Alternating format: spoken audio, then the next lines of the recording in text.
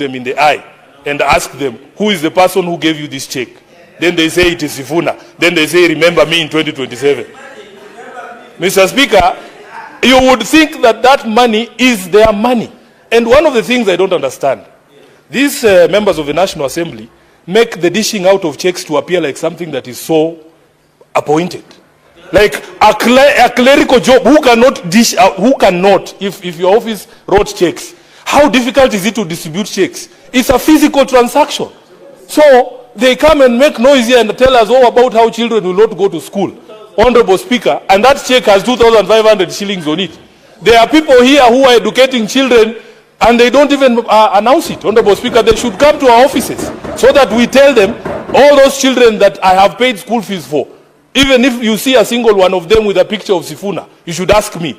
They go there and they say, this is the so-and-so who did it for me. But you don't see me presenting checks here in Nairobi saying, oh, Sifuna is issuing bursaries today. That is not your money. Can you show us photos of you issuing your own money so that you leave this public money aside, Honorable Speaker? Then, Honorable Speaker, the majority leader even wanted us to extend this thing to Plex. There was a young man who was going around this country called Morara, auditing national projects. The country is led by Plex, written, oh, this project was commissioned by William Ruto on this particular day, on this particular day. Those are the other plaques that we need to go for, because that is not Ruto's money. He should also remove his name on those plaques. Honorable Speaker, it is the truth. The majority leader told us we need to extend it to plaques. I can show you those plaques. Senator Sifuna, there is a point of order again from Senator Chergai. Mr. Speaker, I rise again understanding 101 on contents of speech, Mr. Speaker.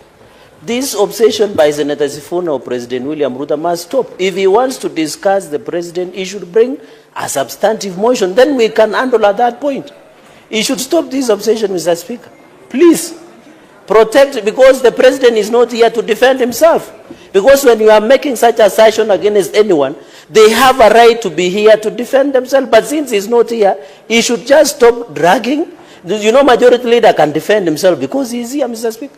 Can the Honorable Senator withdraw and apologize or substantiate, Mr. Speaker? Because when he says there are plaques that are littered with the name of President William Ruto in the country, that is not a statement of fact and standing order 105. Senator Chergai, just a minute ago you are requesting to be given the names of the governors. Correct. You have the plaques. No. Also you mentioned the name of a certain governor. Correct.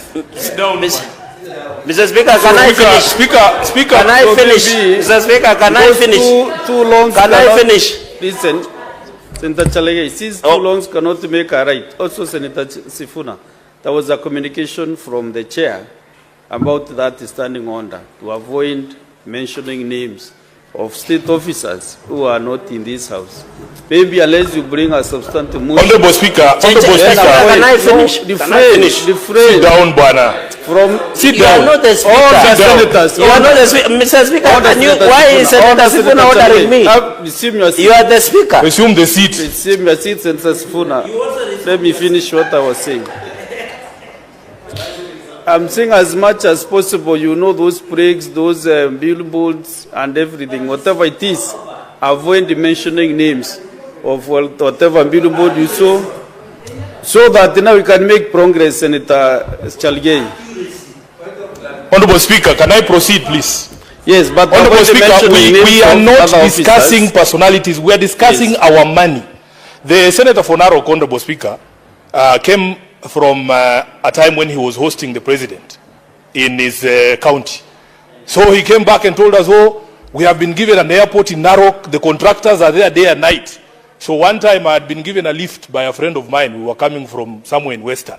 I said, I want to see this airstrip in Narok that has a contractor day and night. So I asked the pilot to fly over that space. Honorable Speaker, there is a plaque sitting there. There are no contractors there. That young man called Morara has gone around the whole country, has shown us. Even when you go to the so-called stadium in Wote, if you go to Camarine Stadium, you will find those plaques there. Honorable Speaker, we cannot have these gatekeepers of the executive in the legislature. You do your job, let him do his job. So, Honorable Speaker, when he was going, Honorable Speaker, can you protect me from this heckler? Senator Chergai, order, kindly. No. Honorable Speaker, do you Points know, of order are not making sense now. Honorable Speaker, there is, Senator Chergai, can you allow? you know, when you are used to using matatus, have you ever been in a chopper? You can see. No. Honorable Speaker, protect me from Senator this. Chergai. Senator Chergai, I'm giving you the first warning this afternoon. I'm giving you the first warning. No point of order. Honorable Speaker, just please. let Senator Sifuna be in silence. Thank you. To conclude his. Honorable Speaker, so the point that I was making, Honorable Speaker, is that those plaques with names of either projects that have been started or concluded should bear the same sign that I told you about, the Road Maintenance Levy Fund. It should say, your taxes have built this stadium in Wote. Your taxes have built this stadium in Kamarin, which doesn't exist, by the way. Honorable Speaker, let me conclude by commenting on something he said. And I was very quiet when he spoke, so I hope he will be quiet too. Honorable Speaker, as a responsible government, you cannot tell us to wait for you to face you in 2027, and you are killing us today. Albert Ojwang is in the ground. He will not be able